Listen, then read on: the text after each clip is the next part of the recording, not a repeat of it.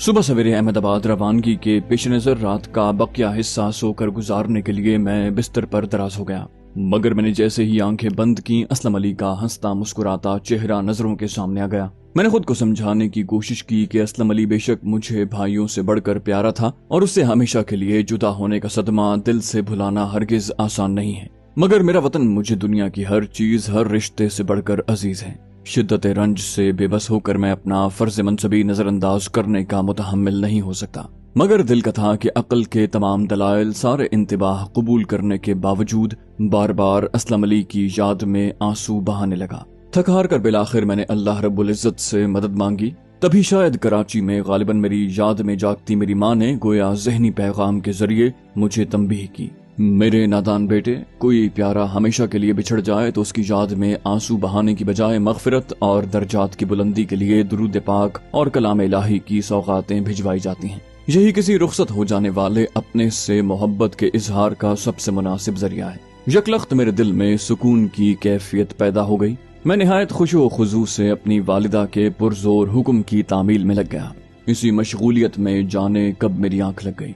मैं जागा तो दीवार गिर घड़ी 5 बजे का वक्त बता रही थी। मैंने जल्दी से गुस्लगाह का रुख किया और वुजू के बाद नमाज फजर अदा की। एक अहम सफर दरपेश था, लिहाजा मैंने अपने लिए सबसे बेशकीमत लिबास का इंतखाब किया और रवानगी के लिए तैयार हो गया। 6:15 बजे के करीब मैंने फोन पर इस्तकबालिया से राब्ता करके बताया कि मेरा हिसाब बेबाक कर दें, 7 बजे तक मुझे रुखसत होना है। ड्यूटी पर मौजूद गुरधारी चंद नामी एहलकार ने बताया कि टैक्सी ड्राइवर किशोर गोस्वामी अपनी गाड़ी समेत पहुंच चुका है और लॉबी में मेरा इंतजार कर रहा है, जबकि मेरा हिसाब बेबाक होने में बमुश्किल 5 मिनट लगेंगे। ये सुनकर मैंने इत्मीनान का सांस लिया। अपना सामान मैं पहले ही समेट चुका था, लिहाजा मजीद ताखीर का कोई जवाज नहीं था। मैंने जूते पहने और फौरन ही उठ खड़ा हुआ। मैं इस्तकबालिया पर पहुंचा तो गुरधारी से पहले किशोर ने गर्मजोशी से मेरा खैर मकदम किया। 40-42 साल का वो पस्ता कद मगर चाको चौबंद मकामी शख्स कल पहली मुलाकात में मुझे समझदार और खुश अखलाक लगा था। गुरधारी ने मेरा हिसाब बेबाक करके तकरीबन 200 रुपया मुझे थमा दिया। जब होटल खादिम मेरा सामान उठाने के लिए मेरे कमरे की तरफ रवाना हुआ तो किशोर भी इसरार करके उसके साथ चल दिया। हालांकि मेरा तमाम सामान अब सिर्फ दरमियाने साइज के एक सफरी बैग पर मुश्तमिल था। वापसी पर मेरा बैग होटल के खादिम ने उठा रखा था, मगर इस्तकबालिया पर पहुंचते ही वो किशोर ने अपने कब्जे में ले लिया। मैंने हस्बे आदत 20 रुपया होटल के खादिम और 30 रुपया इनकार के बावजूद गुरधारी को बतौर बख्शिश पेश किए। मुझे ये समझने में कोई मुश्किल पेश न आई कि किशोर मेरी दरियादिली से खासा मुतासिर हुआ है। मेरी इजाजत से उसने अपनी लगभग नई निकोर फिएट की डिग्गी में मेरा सफरी बैग रख कर किशोर ने स्टीयरिंग व्हील के अकब में बैठते हुए उसी मौजू पर गुफ्तगू का आगाज किया। बोला, आप तो बड़े दयालु हैं सरकार। सवेरे सवेरे मौजें हो गई दोनों की। मैंने अपने लहजे में बेनियाजी भर के कहा, क्या फर्क पड़ता है किशोर भैया, मुझे लगता है जिंदगी में कभी दोबारा इनसे मुलाकात होगी। इतनी मामूली सी रकम के बदले ये मुझे हमेशा अच्छे अंदाज में याद रखेंगे। इससे अच्छी बात और क्या हो सकती है। मेरी तवक्को और ख्वाहिश के ऐन मुताबिक ये सुनकर किशोर इंतहाई मुतासिर हुआ और उसने सताहिश भरे लहजे में कहा, आप बहुत ही भले इंसान हैं परशुत्तम जी। धन तो बहुत सौ के पास है, मगर इतना बड़ा दिल भगवान हर एक को नहीं देता। मैंने जवाब में लापरवाही से शाने उचकाते हुए कहा, मैं कोई बहुत बड़ा रईस नहीं हूँ किशोर भैया, मगर मुझे दौलत से बस उतना ही प्यार है कि जिंदगी सुख चैन से गुजर जाए। ऐश वाली जिंदगी से कोई दिलचस्पी नहीं है। मैं जानबूझकर किशोर से बेतकल्लुफी बढ़ा रहा था, क्योंकि मुझे कई घंटों का सफर उसके साथ तय करना था और उसका दिल जीतना आगे किसी आजमाइश के वक्त मेरे बहुत काम आ सकता था। मुझे अंदाजा लगाने में मुश्किल न हुई कि मैं अपनी कोशिश में कामयाब रहा हूँ। किशोर ने सूरत से अहमदाबाद जाने वाली शाहराह पर गाड़ी डालते हुए गहरे इश्तियाक भरे लहजे में पूछा, आपको बुरा न लगे तो एक सवाल पूछूं किशोर जी। मैंने जल्दी से कहा, सिर्फ एक सवाल ऐसा है जिसका जवाब मैं नहीं दे सकता, बाकी जो पूछो मैं बताने के लिए तैयार हूँ। मेरी बात सुनकर वो कुछ उलझन में गिरफ्तार हो गया। फिर उसने अपनी तरफ से मुनासिब तरीन अल्फाज में पूछा, मैं पूछ सकता हूँ वो कौन सा सवाल है परशुत्तम जी जो मुझे आपसे नहीं पूछना। मैंने बेनियाजी से कहा, यही कि मैं क्या काम करता हूँ। उसे उलझन में गिरफ्तार देखकर मैंने बात आगे बढ़ाई। कहा, तुम मुझे समझदार इंसान लगते हो किशोर भैया।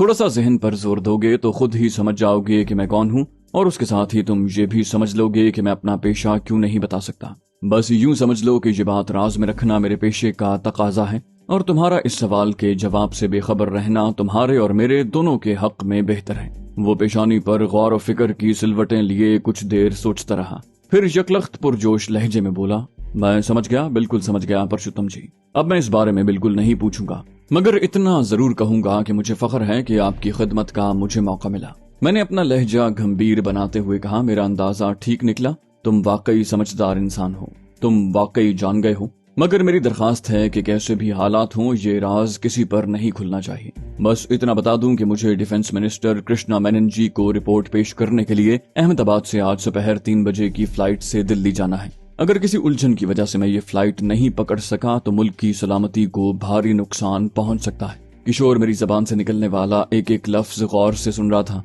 मेरी बात पूरी होते ही उसने पुरजोश लहजे में कहा, आप फिक्र न करें परशुत्तम जी, मैं हर कीमत पर आपको वक्त से पहले हवाई अड्डे पर पहुंचा दूंगा, चाहे उसके लिए मुझे जान की बाजी लगानी पड़े।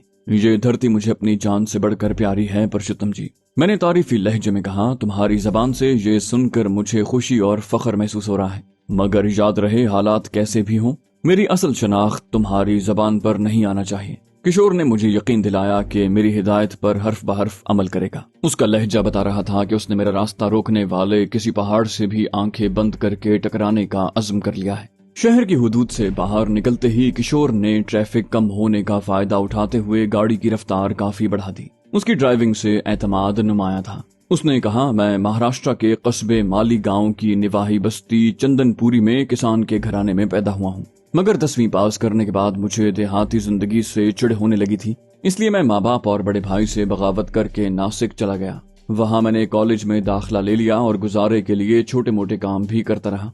12 पास करके मैं 5 साल एक गोदाम में मुंशीगिरी करता रहा। इस दौरान मेरा घर आना जाना दोबारा शुरू हो गया। वो सांस लेने के लिए रुका तो मैंने उसकी गुफ्तगू में दिलचस्पी जाहिर करने के लिए पूछा, मगर तुम तो सूरत में किराए पर ये गाड़ी चलाते हो मेरे भाई, नासिक से सूरत कैसे पहुंच गए? उसने हंसते हुए कहा, वही तो बताने वाला था परशुत्तम भैया। मेरी आवारगी ने मुंशीगिरी भी छुड़वा दी और फिर मैं 3 साल भाड़े पर टैक्सी चलाता रहा। इतने बरसों में बापू और भैया को यकीन हो गया कि वो अब मुझे खेती बाड़ी में दिलचस्पी लेने पर मजबूर नहीं कर सकते, इसलिए विष्णुदास भैया ने बापू पर जोर डालकर 4 साल पहले मेरे नाम पर ये नई कार खरीदवा दी, ताकि मेरी मेहनत की कमाई भाड़े की टैक्सी के मालिक की जेब में न जाए। मैं 2-3 बार सवारियों को नासिक से सूरत लाया तो मुझे ये शहर ज्यादा जिंदगी से भरपूर लगा, इसलिए मैं यहाँ मुंतकिल हो गया। वो अपने बारे में मजीद कुछ बताने लगा था कि मेरे जहन के एक गोशे में बिल्कुल नया ख्याल जगमगाया। मैंने उसे दरमियान में रोकते हुए कहा, तुम्हारी बातों से लग रहा है तुम्हारा खानदान अच्छी खासी ज़रई अराजी का मालिक है। मेरी बात सुनकर किशोर ने फखर से गर्दन उठाकर कहा, हाँ किशोर जी, मेरे बापू ठाकुर कृष्णदास बस्ती के बड़े जमींदार हैं। पूरे 45 बीघे नहरी अराजी के मालिक हैं वो।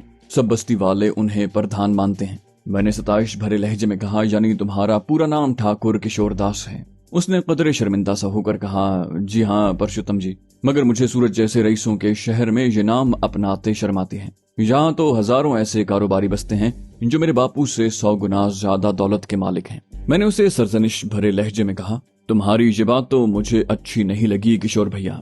इस पर तो गौर करो कि बेशक सूरत और अहमदाबाद में हजारों लखपति होंगे, मगर 10-20 लोग भी उन्हें प्रधान मानकर इज्जत नहीं देते होंगे, क्योंकि उनके पास धन दौलत तो है मगर समाजी मर्तबे से महरूम है।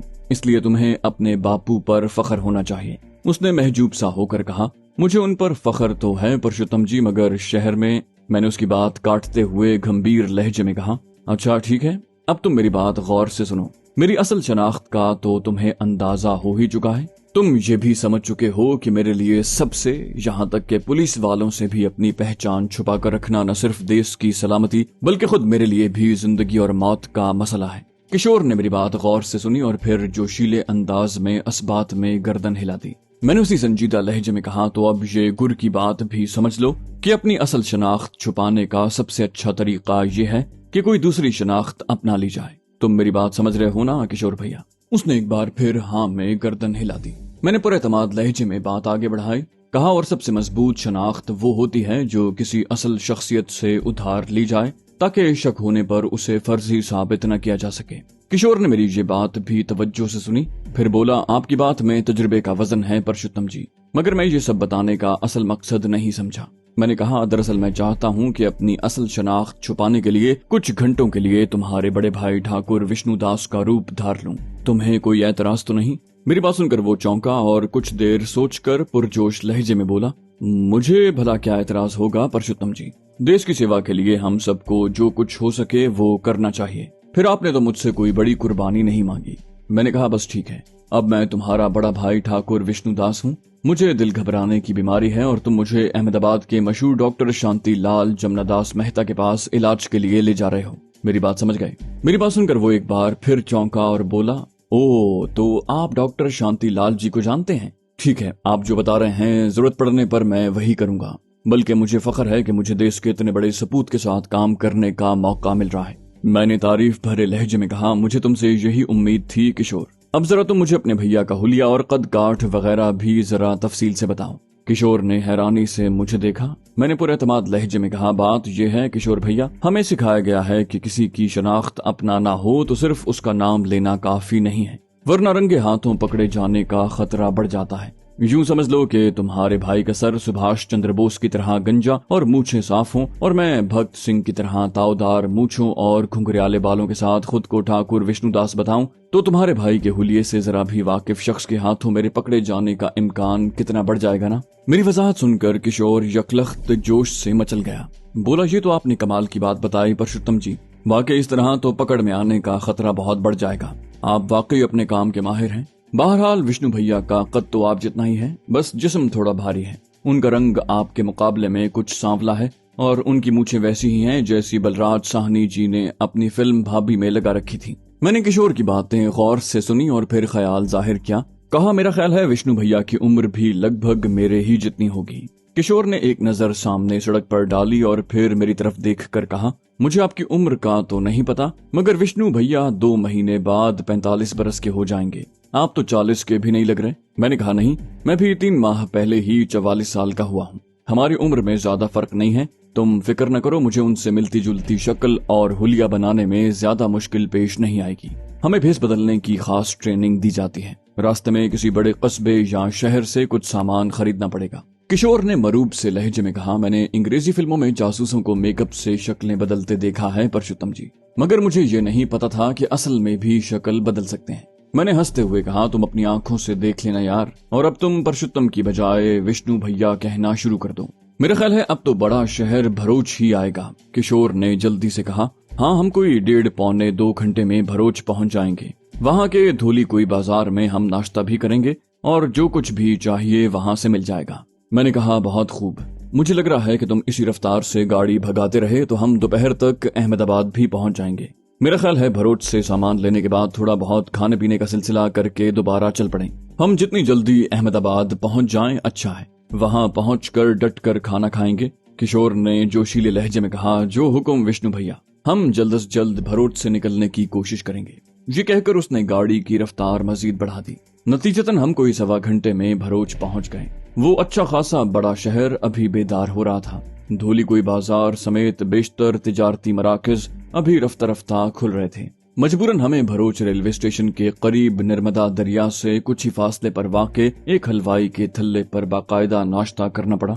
हम गाड़ी वहीं रेलवे स्टेशन की पार्किंग में खड़ी करके टहलते हुए धोली कोई बाजार पहुंचे तो चंद दुकानें खुल चुकी थीं। मैंने 2 अलग दुकानों से अपने मतलब का सामान खरीदा और फिर हम वापस रेलवे स्टेशन की तरफ चल पड़े। हम रेलवे स्टेशन की पार्किंग में दाखिल होते ही ठिठक कर रुक गए। हमने देख लिया 2 बावर्दी एहलकार हमारी गाड़ी के पास खड़े गहरी नजरों से उसका जायजा ले रहे हैं। इससे पहले कि मैं सूरत हाल का तज्जिया करके कोई फैसला करता, किशोर बेधड़क गाड़ी की तरफ चल पड़ा। मजबूरन मुझे उसका साथ देना पड़ा। हम दोनों गाड़ी के पास पहुंचे तो दोनों पुलिस एहलकार हमें देखकर चौंके और संभल कर खड़े हो गए। उनमें से एक हेड कांस्टेबल था और दूसरा कांस्टेबल। किशोर ने बगौर उन दोनों को देखा और फिर पुरएतमाद लहजे में हेड कांस्टेबल को मुखातिब किया। बोला, सब ठीक तो है हवालदार जी, क्या देख रहे हैं गाड़ी में? उसके लहजे में तंज की मोहूम सी झलक महसूस करके हवालदार कुछ गड़बड़ा गया, मगर फिर संभलते हुए हतुल वसा मजबूत लहजे में बोला, ये गाड़ी आपकी है जनाब। किशोर ने इस बार अपना लहजा बारो बल्कि तहक्कुमाना बनाते हुए कहा, जी हाँ, हम ही मालिक हैं इसके। क्यों, आपको कोई एतराज है? कहो तो गाड़ी की खरीदारी के कागजात दिखा दूं। वैसे मेरा ख्याल है हिंदुस्तान के कानून में गाड़ी रखना तो जुर्म नहीं है। ये सुनकर हवालदार यकलख्त दिफा पर चला गया। बोला मेरा ये मतलब नहीं था जनाब। दरअसल ऊपर से सख्ती की जा रही है कि शहर में बाहर से आने वाली गाड़ियों और मुसाफिरों पर नजर रखी जाए और उनके नाम पते लिख कर थाने में प्रॉपर रिकॉर्ड रखें। किशोर ने कहा, तो इसमें परेशानी की क्या बात है हवालदार जी, हमारा नाम पता भी लिख कर थाने की फाइलों में लगा दो। मैं ठाकुर किशोर दास हूँ और ये मेरे बड़े भाई ठाकुर विष्णु दास हैं। हम माली गांव की निवाही बस्ती चंदनपुरी के प्रधान ठाकुर कृष्ण दास के बेटे हैं और कुछ पूछना है तो वो भी बता देते हैं। अपनी तरफ से पेश की गई पहली तौजीह के बरक्स हवालदार ने हमारे नाम पते लिखने की कोशिश न की। साफ जाहिर था कि वो महज हमारी जांच परख के लिए सवाल जवाब कर रहा था। वो गालिबन अगला सवाल सोच रहा था कि मैंने जारहाना लहजे में कहा, तुम्हें जो कुछ पूछना है जल्दी जल्दी पूछ लो हवालदार जी, हमें दोपहर तक अहमदाबाद पहुंचना है। मुझे दिल का मसला है। वहाँ के जाने माने डॉक्टर शांतिलाल जमनादास मेहता जी ने बड़ी मुश्किल से मुआयने का वक्त दिया है। ऐसा न हो कि तुम्हारे बाल की खाल निकालने की वजह से हमारी अपॉइंटमेंट जाया हो जाए और हमें एक बार फिर कई हफ्ते इंतजार करना पड़े। मेरे लहजे से ज्यादा जोरदार अल्फाज ने काम दिखाया। हवालदार घबरा कर बोला, मैं माफी चाहता हूँ ठाकुर जी, आप दोनों जा सकते हैं, नाराज ना हो। दरअसल इन दिनों हमारे इलाके में डाकुओं के एक टोले ने अंधेर मचा रखा है। वो बड़ी दीदा दलेरी से दिन के उजाले में भरूच शहर में वारदातें करके फरार हो जाते हैं। मैंने अपना लहजा नरम करते हुए कहा, अच्छा तो ये बात है। नहीं, हम नाराज नहीं हैं। हम जानते हैं तुम अपनी ड्यूटी से मजबूर हो। बहरहाल हम तुम्हारे शुक्रगुजार हैं, तुमने हमें खबरदार कर दिया। अब हम चौकन्ना होकर सफर करेंगे और जल्द से जल्द इस शहर से ज्यादा दूर निकल जाने की कोशिश करेंगे। दोनों पुलिस एहलकार मजीद वहाँ नहीं रुके।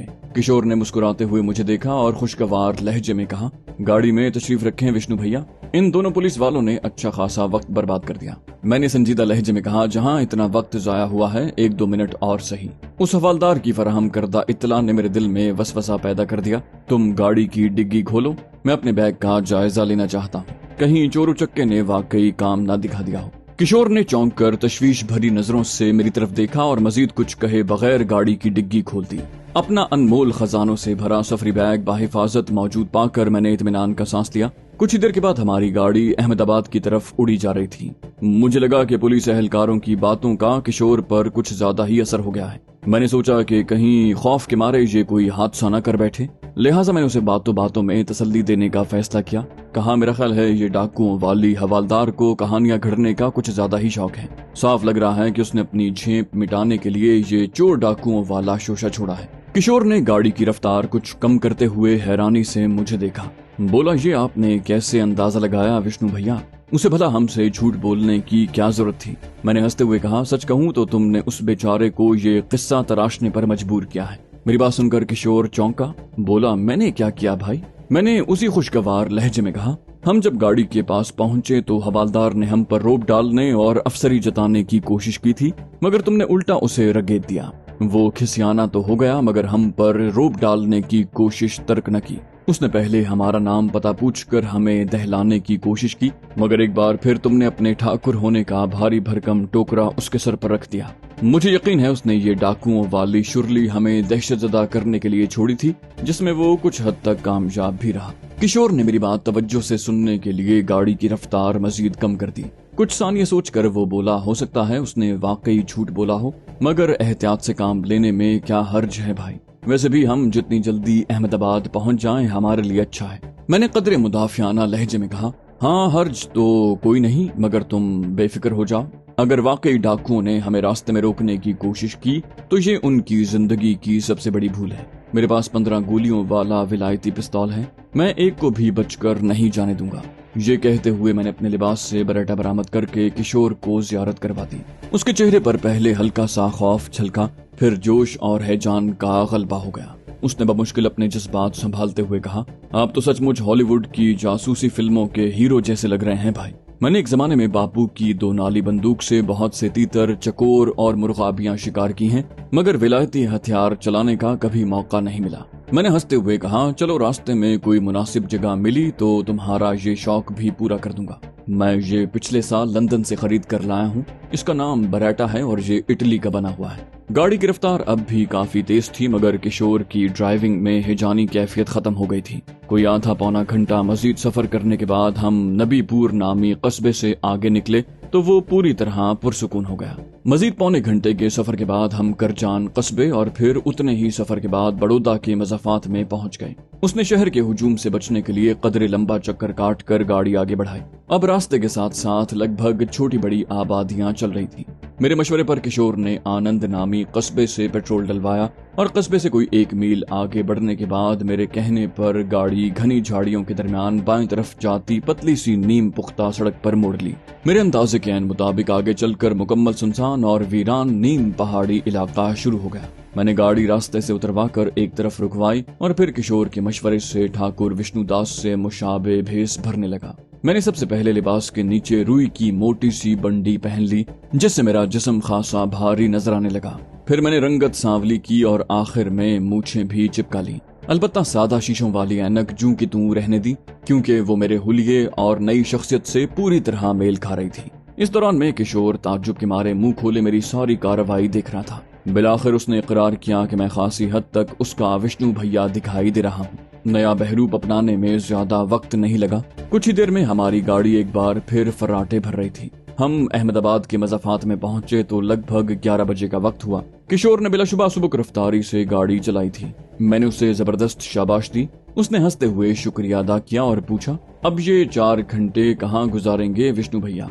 हुक्म हो तो उस डॉक्टर के क्लिनिक की तरफ चलें। मैंने खुशगवार लहजे में कहा, मुझे दिल के कुछ मसाइल जरूर हैं किशोर भैया, मगर वो सब के सब शायराना है। तुम्हें कोई ऐसी जगह मालूम हो जहाँ दिल फेंक अफराद की दिलजुई का एहतमाम करने वाली सुंदरियां पाई जाती हैं तो वहाँ ले चलो, मगर पहले हवाई अड्डे चलो। सफर काफी लंबा है, मुझे अपने लिए अच्छी सी नशिस्त महफूज करवाना है। उसके अलावा मेरे पास एक टिकट फालतू है, उसे भी ठिकाने लगाना है। किशोर ने गाड़ी एक चौराहे से दाएं तरफ मोड़ते हुए कहा, आप फिक्र न करें विष्णु भैया, हवाई जहाज के टिकट के लिए तो पूरे गुजरात सूबे में लोग दुगने पैसे देने को तैयार हो जाते हैं। आपका टिकट वहीं हवाई अड्डे पर हाथ के हाथ बिक जाएगा। मैंने कहा, तुमने ठीक कहा। मैंने 200 रुपया फालतू देकर ये टिकट खरीदे हैं, मगर इंडियन एयरलाइंस वालों को तो इत्तला देना पड़ेगी ना। किशोर ने नफी में सर हिलाया, बोला, इन टिकटों पर नाम थोड़े लिखा होता है भाई, जिसके पास टिकट है वही मालिक है। मेरा ख्याल है टिकट बेचने वाले इसीलिए नाम नहीं लिखते। आपने एयरलाइन वाले को वापस किया तो 100 रुपया मारा जाएगा, जबकि वो इसी टिकट को शायद मजीद 100-150 रुपया ऊपर दामों पर बेच देगा। मैंने कहा, चलो वहीं हवाई अड्डे की बुकिंग पर पहुंचकर देखते हैं कि क्या सूरत हाल है। आसानी से बिक गया तो बेच दूंगा, वरना एयरलाइन के टिकट घर वालों को वापस कर दूंगा। 100 रुपया कौन सा मेरी जेब से जाया होगा, दफ्तर वालों ने बंदोबस्त किया है। मैं बज़ाहिर किशोर से बेफिक्री से हल्की फुल्की गुफ्तगू में मशगूल था, मगर इस दौरान में मेरी नजरें मुसलसल किसी मशकूक गाड़ी, शख्स या नक्लो हरकत की जुस्तजू में लगी हुई थी। मुझे मालूम था कि अहमदाबाद तक बखैर आफियत पहुंच जाना इत्मीनान की बात जरूर है, लेकिन मेरे लिए खतरात मजीद बढ़ गए हैं। तारापुर एटमी प्लांट में तबाही के असबाब का अब तक पूरी तरह अंदाजा लगाया जा चुका होगा। समंदर में दुश्मन आबदोस की मौजूदगी और एटमी प्लांट पर उसकी तरफ से फर्जी हमले का कच्चा चिट्ठा भी खुल चुका होगा। वैसे तो मेरे ताक़ुब में आने वाली चीपों की तबाही से भी उन्हें काफी कुछ अंदाजा हो गया होगा। रही सही कसर असलम अली के होमी जे भाभा पर नाकाम हमले के वाक़े ने पूरी कर दी होगी। मुझे कोई गलत फहमी नहीं थी। मुझे इदराक था कि एटमी प्लांट की सिक्योरिटी पर फाइज फौजी अमले की बदहवासी और अफरा तफरी का फायदा उठाकर वहां से बचकर जरूर निकल आया हूँ, मगर मुतल्लिका महकमों के आला ओहदेदार बेवकूफ हरगिज नहीं। वो अब तक कड़ी से कड़ी मिला चुके होंगे और पूरे गुजरात में मशकूक अफराद की तलाश शुरू हो चुकी होगी। बड़ौदा के रेलवे स्टेशन की पार्किंग में पुलिस एहलकारों की पुछगिछ भी शायद इसी सिलसिले की एक कड़ी होगी। अगर मुझे किशोर की बदौलत ठोस शनाख्ती कवायफ मयसर न आते तो शायद वो हवलदार मुझे शक की बुनियाद पर थाने ले जाने की कोशिश करता, जिसका मैं हरगिज मुतहम्मिल नहीं होता, क्योंकि ये समझना मुश्किल नहीं था कि वहाँ मुझे कुछ ज्यादा साजगार सूरत हाल दरपेश न होती। लिहाजा मुझे उन दोनों पुलिस एहलकारों से अपनी गर्दन छुड़ाने बल्कि जान बचाने के लिए खून खराबे का सहारा लेना पड़ता। और जरूरी नहीं कि हर बार मेरा ही पल्ला भारी रहे। हो सकता है इस मर्तबा उनको पहले वार करने और मुझे मार गिराने का मौका मिल जाता। लिहाजा मुझे बखूबी एहसास था कि मैं किसी भी कीमत पर बेएहतियाती का मुर्तकिब नहीं हो सकता, क्योंकि मामला सिर्फ मेरी जिंदगी का नहीं, मेरे शिकंजे में आने से मेरे वतन की सलामती के लिए इंतहाई अहम मालूमात और दीगर अनमोल असासे भी दुश्मन के कब्जे में चले जाएंगे, जिनकी मदद से वो मेरी धरती को नुकसान पहुंचाने के अपने मकरूह इरादों में कामयाब हो सकता है।